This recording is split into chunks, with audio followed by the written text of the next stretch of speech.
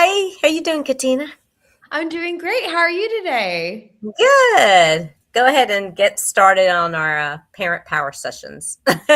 Fantastic. Well, my name's Katina. I am an executive functioning coach with Dynamis.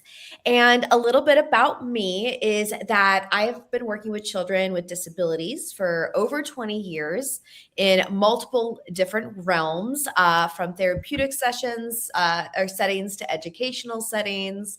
I do have a master's in autism and behavior, but I have a very strong love of learning and have gone on to receive multiple certifications in different areas of disabilities, special needs, and ADHD executive functioning. And then also, I am ADHD myself, as well as learning disabled, or as I like to say, I have a difference in learning. But I was diagnosed when I was young. So that actually gives me a pretty good perspective into what a lot of kids are going through with ADHD, where I know a lot of us that are getting diagnosed a little bit later might not have the same childhood experiences as some of the kids that do have diagnoses at this Mhm. day and age. And of course, you know me from my earlier session. I also did circus therapy. So, I like to do a little bit of everything. So, one of my ADHD traits, I guess. Yes, that's those are good traits though. You just got to know how to, apply them and Yep, they're harness terrific. that power, right? Yeah, they're actually terrific traits. People don't realize. Just Exactly. kind of will them in. So I'm Helen Panos, and I'm the owner of Dynamis Learning. You guys should know me by now, but I have a K through 12 tutoring, SAT, ACT prep company, and executive functioning, and we help with advocacy as well in 504 plans. We can help with IEPs, as I have that too. I have loads of resources and know who to give you to help you with that.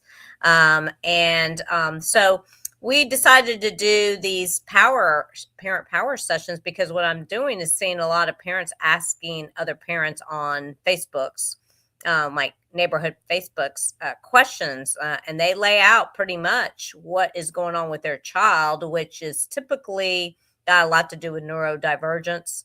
And so I decided, well, let's come on with some of the bigger topics I've seen. I'm going to let Katina take it from here. Yeah, so today I'm going to be talking about going from chaos to organized. So this is a pretty big topic, so I'm really only going to be able to skim the surface of this during our session today.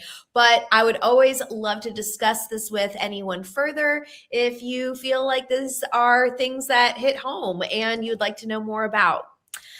So let's go ahead and talk about two of the biggest things that I think can help from going from chaos to organized. And that is going to be having a productive workspace and time management. So I know that those are two big things that are pretty easy to feel overwhelmed by. So let's break these down into just a couple steps or areas that will, I think, help you feel a little bit more manageable. So, first, let's go into having a productive workspace because I think that that's something that most people struggle with. Is having a really good space that you do feel like you can be most accomplished in. So the biggest thing with workspace that I like to highlight is the right atmosphere. So making sure that you have good lighting. I prefer not to have overhead lighting. Soft lighting is really the best, especially for our brain juices. That fluorescent, anything fluorescent or that cool setting, I would definitely avoid. Having good scents in the room. So personally for me, I like for my productive workspace that I can take with me anywhere I go is I use vetiver, a Uh, little essential oil that helps get my brain into the I'm ready to work space. And then sounds, having different study music, lo-fi music playing in the background, or even just soundscapes or absolutely nothing at all. So figuring out what your productive atmosphere looks like. Mhm. Paired with that, I'm also going to talk about clothing. I think in order to have a really good, productive work session, you need to be feeling the part. So that might mean not wearing your pajamas while you are doing your studying. Even if you're at home, have a pair of study sweatpants that you put on. I like to compare it to like Mr. Rogers. He would put on his sweater. He would get home. So, what is your kind of uniform that you can put on that will get your brain alert to say, "Hey, it's time for me to do my work." Okay, the third is, again, this is a much bigger topic, but keeping your space tidy and organized. I know that that is the hardest one for all of us. So, my biggest thing is to keep in mind that clean is not your goal. When you are looking at your workspace, it does not need to be clean. You don't need to be scrubbing and making sure that everything is in tidy little organized piles. But what is organized for you? I know for me, it's actually piles. People might not understand my system, but I keep them in designated locations on my desk. And that's how I know that I'm organized. Again, to somebody else, it might not look clean, but for me, it's organized. Mm. So, what does that look like for you in your workstation? I think this could be a topic we definitely could go deeper Oh, into. yes, and we can during, some summer lunch and learn series is coming up. Exactly, exactly. Um, the fourth thing is hydration. I think it's really important for us to make sure that we're staying hydrated, and having a hydration station at your workspace is going to help you stay more productive and be able to keep up with whatever demand that you have. I like to say the ADHD rule of threes. Uh, Something for, so you have your water for hydration, you have something for energy, as I like to have a tea, and then something for fun. I might do like a hibiscus drink. So keep your hydration station interesting for you, and you're more likely to use it. Mhm. And then my last piece is having multiple seating options. So this means sitting at a desk. Maybe it's a standing desk, working on the floor. Really figure out different ways that you can change your work environment. And sometimes they'll help you when you're feeling a little stuck on what you are doing. So And that's my some main one. people sit on the balls too, on the big exercise balls. Exactly, exactly. I actually have a like not a yoga mat, but like a gymnastic mat that is a little thicker, and I actually will lay that down on the ground, and I will sit and work on the ground with like a little camp table. And sometimes I'm on the countertop working. So having a knowledge of where you work best, I think is excellent, because not everyone works very well sitting in a chair. Mm, yep, and we should get up and stretch anyway, as long as we're doing, work for many hours. Get up and move around. Exactly. Oh, so true. So true. Especially like if you're doing anything like the Pomodoro technique, where you need to get up and move every 25 minutes. Like, Mhm. fantastic. Build that movement into your session for sure. Yeah. Um, And then the second piece about helping you go from chaos to organized is time management. So I think time management is something that is very difficult for a lot of us to grasp, especially with executive function. Time seems like this construct that either goes too fast or too slow.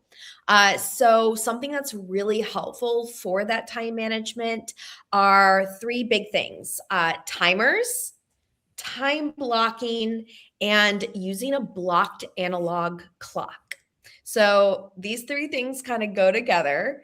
One, get a timer. And don't rely on the timer on your phone, because when you're checking your timer on your phone, you're very likely to see that notification that just got sent to you, or somebody liked your comment on Facebook. So having something that's off of the technology that you're using is one Mm, of the best ways to make sure that you're keeping your brain organized and on topic. And time blocking, taking your schedule and really designating times that you're going to be working on certain things. And make sure that that time has a beginning and an end. So that way, when you're at the end of your time block, even if you're saying, oh, I haven't finished, like, you'll come back to that at another point in time. But respecting your time blocks is a really great way to help you stay organized and manage that chaos of multiple projects happening for you at one time. mm, And then the third piece, which I think is honestly one of the more fun pieces, is blocking an analog clock. So when I say mm, this, is, you look at your general analog clock. You could do this with timers too, but you'll take a clock. I like to buy white ones and color it in. So like I will have for an afternoon time block, if I know that from 4 until 5, I have extracurricular activities. I'm going to be coloring that section of my clock in with that color. If I know from 6 o'clock until 8 o'clock is my homework and working timeline, I'm going to color that in. So that way, again, not on my phone and not looking at anything that's going to distract me, I can look at the wall and say, okay, there's like 10 more minutes in yellow. I can get this work done in 10 minutes, because I know that once it hits red, I get to take a break and do whatever I want. mm. Yeah, there's some incentive there. Exactly. And speaking of incentives, is that a good idea? Is to reward yourself once you Mhm. hit once you hit whatever it is that you were working on? If you're using, let's say, the Pomodoro technique. Oh, exactly. I think rewards are really big for us, no matter what age that we are, and just giving yourself that reward no matter what. Like, you've done that time block, you've finished what you did that you were set out to get done in that time. Go for a walk, have an ice cream. Try to avoid jumping in on social media. Again, I know that's a Mhm. hard one for all of us, but that does tend to get you sucked in, and then you're keeping digital in your face. So if Yeah. you're working on a computer, it's not really giving your brain a break when you go from a computer to your phone screen. So taking a walk outside, playing with your animals, doing things like that are much more neurospicy, productive breaks than Mhm. getting on and falling into a scroll hole. Yeah. That's true. Yeah. Well, those are all great techniques. Anything else you want to add? I may have some questions. Yeah, of course. I think honestly, the two simple things that you could go ahead and grab and start working with are getting a timer. So, again, something off of your phone. They make so many fun, cute timers these days. I like having just a regular, basic one that can time me, or I can even set an alarm on. Amazon is a great place to go for those. Best Buy, or even fun kitchen timers. So going to like your local grocery store, and you can get a little tomato timer even if you want. Um, and then the second one is just finding a way to improve your atmosphere.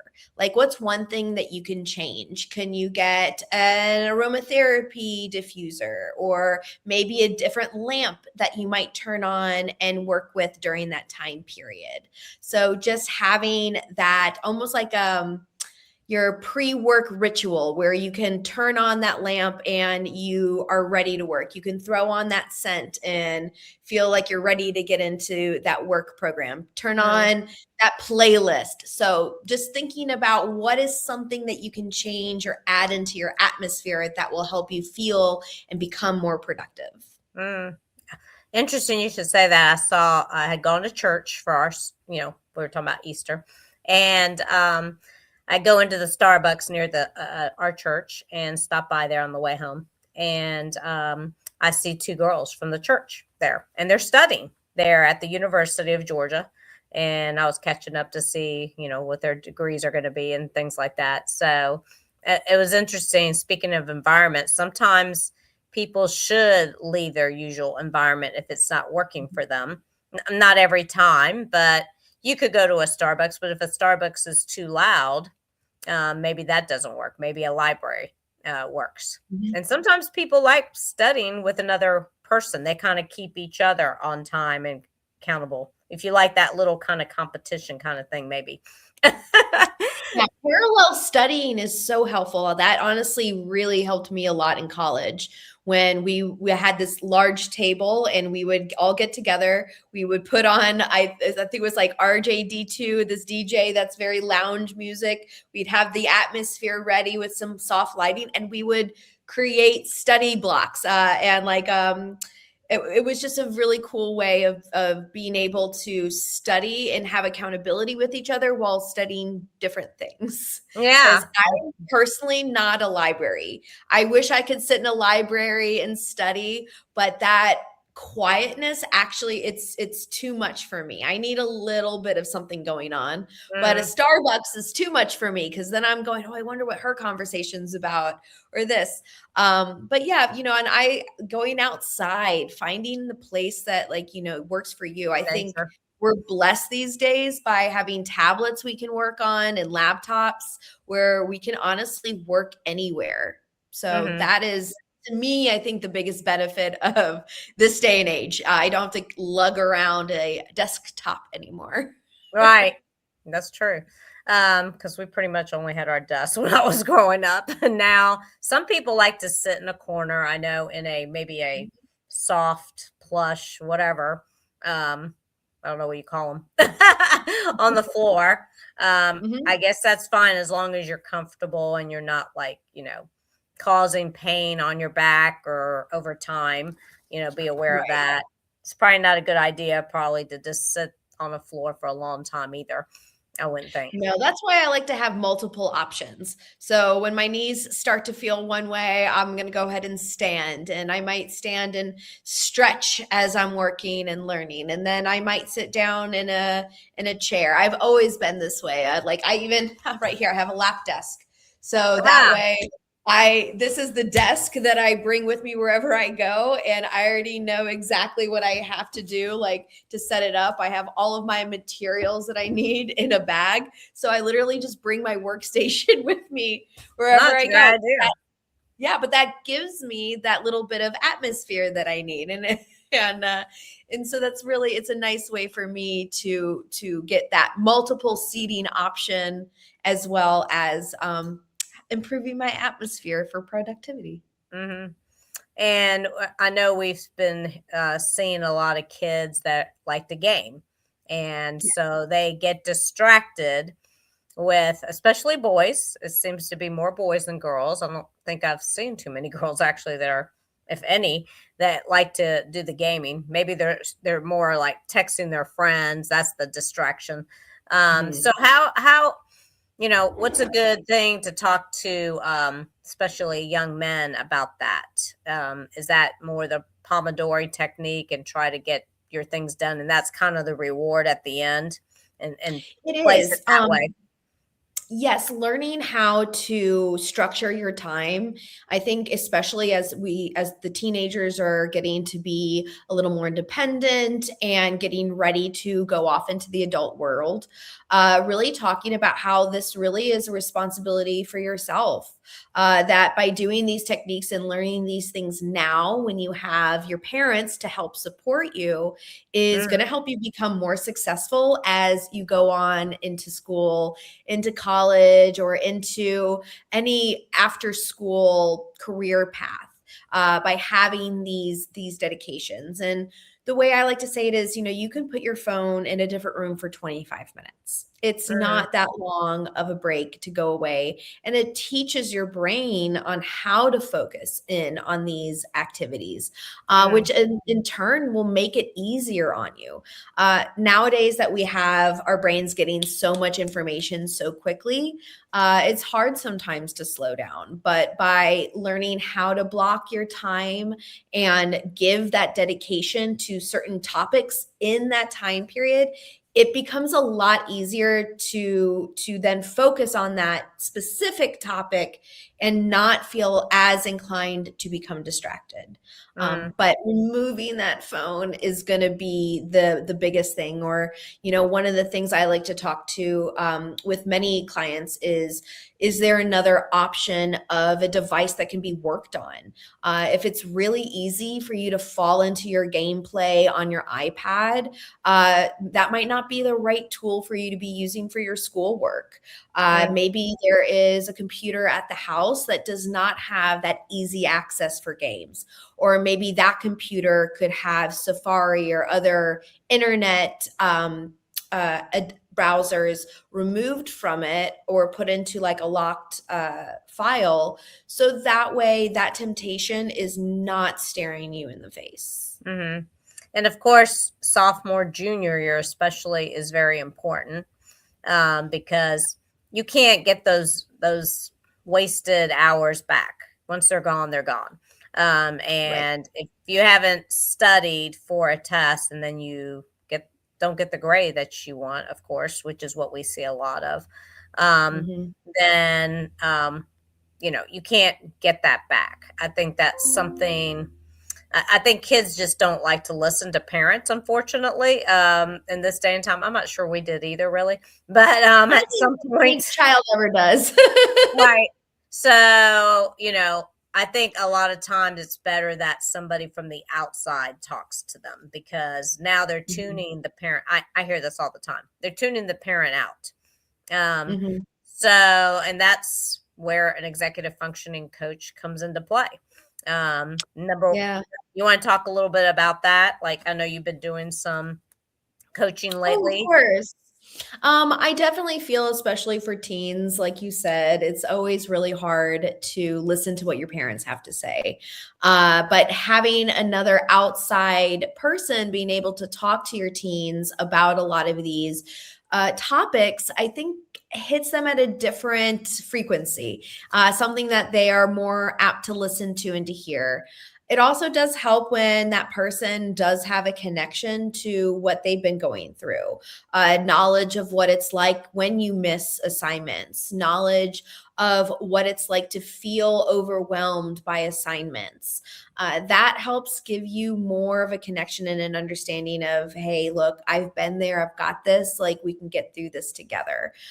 Where they might not be as open to hear it from a parent. And sometimes Mm, even a parent might forget what it was like to be that age, or what, not fully understanding what it's like to have neurodivergence in today's day and age. Because yeah. the neurodivergence experience has been different throughout history, and even down to what my own mom's experience was, to what my experience is, to what the teens are experiencing now. So I think having someone that they feel more connected with uh, on that level is going to get these tools pushed through just Mm, a little easier. yeah. Because right, we didn't grow up with all the social media, the gaming, all these kind of things. So we weren't distracted. We came home from school, we sat down, maybe got a snack, and went straight to work because there really wasn't a lot of outside distractions going on. Nope, like, Nowadays, we had one family TV. We had one family computer, right? and the whole house knew when you were logging on to the internet. So, like, That's you right. know, So yeah, I so a think very different parents. time as to having it easily. And I mean, and these apps are designed to draw us in and to suck us in and to want more and more and more. And I think nowadays it's even more important to realize that we need to make whatever apps we have work for us and not the other way around. Mhm. I even get emails from Duolingo, and I'm using it to practice Greek. And I haven't been able to do that in a while, so I haven't gotten on there, and it just constantly hits me up on the email. We miss you, or just That very owl really feels sad about it. yeah. And I usually do it very quickly. I don't spend even a Mhm. minute or so on it, but still I'm like, okay, I got to put that to the side right now. I'll pick that up in the summer when I have more time. But that I think a big thing is it's this internal, all these external pulls to kids, and it's just different. Even, you know, there's more pressures. We were talking about this yesterday with a psychologist. There's more pressures today on kids than there were on us in terms of getting to college, what it Mhm. takes, the competition of getting, either into Georgia Tech, let's say, because of the Zell Scholarship and the Hope Scholarship. So there's a lot more competition, weighing down, I think, on children and their minds, probably, Yeah, I think that that's really and true. parents, and parents too. So, one of my big things is even though I have been an educator for my entire career, and I am someone who went to college and a master's program, but I will be the first to say that college isn't for everybody, and that's completely okay. Tech jobs are amazing. Like, we need electricians, we need plumbers, we need mechanics. Like, these are amazing and valid jobs and professions. Mhm, And I do think that sometimes it is really important to sit and look at where your child is at, and is college going to be what is best for them in the long term? mhm, Or is there another avenue that might work out really well for them? mm, Even my own husband, he went to college for a year, and then, or no, 2 years, and realized that he understood what needed to happen for his own career. And now he is a successful business owner. So, keeping in mind that while there is this push for this collegiate higher education, it's not for everybody. And that is 100% okay. And right, finding what those strengths are is honestly more important than figuring out which team you want to root for 4 years or right, plus.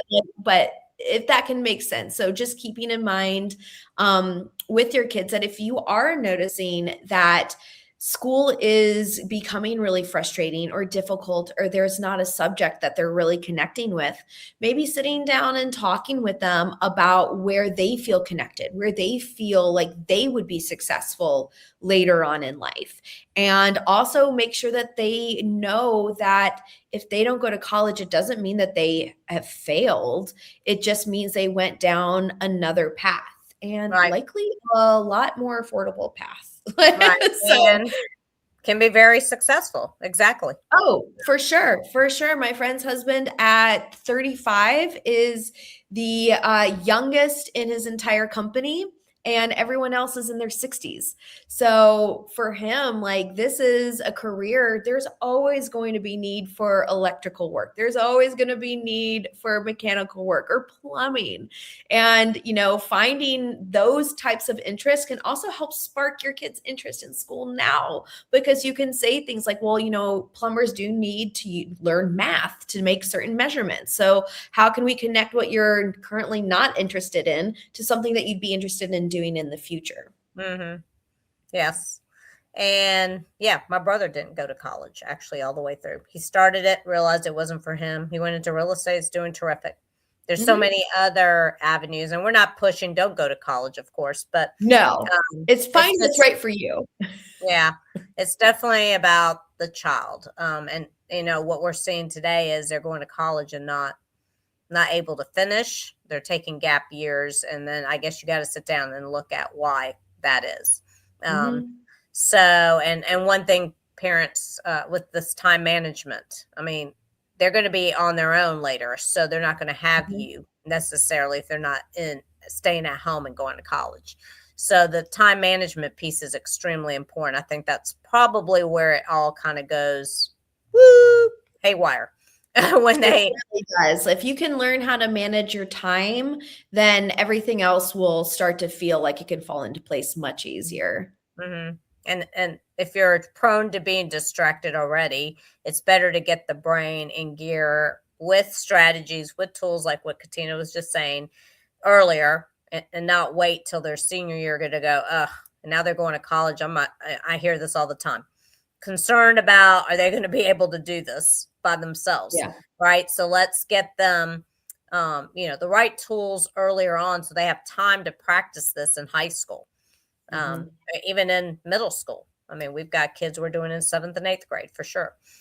So, well, thank you, Katina. I appreciate you adding your, strategies and tools and sharing those with parents on Mhm. organization, time management. Those are two biggies. Always will be. Always have been.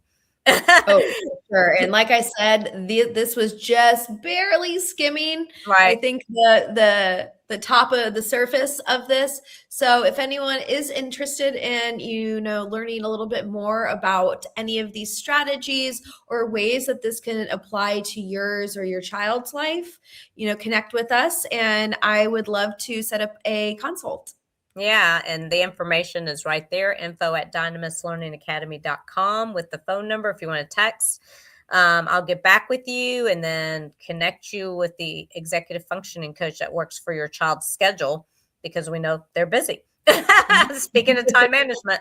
But Exactly. yes, I do want to add that, there are a lot of other tools related to organization and time management, of course, like she Mhm. just skimmed the surface, as she said. But the ones that work for you parents may not work for your children. I do want to bring that up quite a bit because I'm seeing parents trying to enforce certain ways, and that's the ways we learned. But that might not work for your child. There's a lot of other ways. And so I wanted to bring that up here at the end. So, well, thank you again, Katina, and everybody. I hope you join us for one of the other two executive functioning power sessions. One is tomorrow night at 7:30.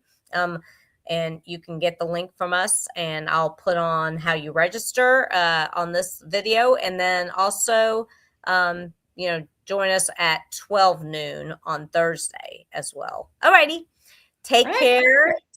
Everybody have a great rest of your day. Bye for Great. now. Bye. Bye.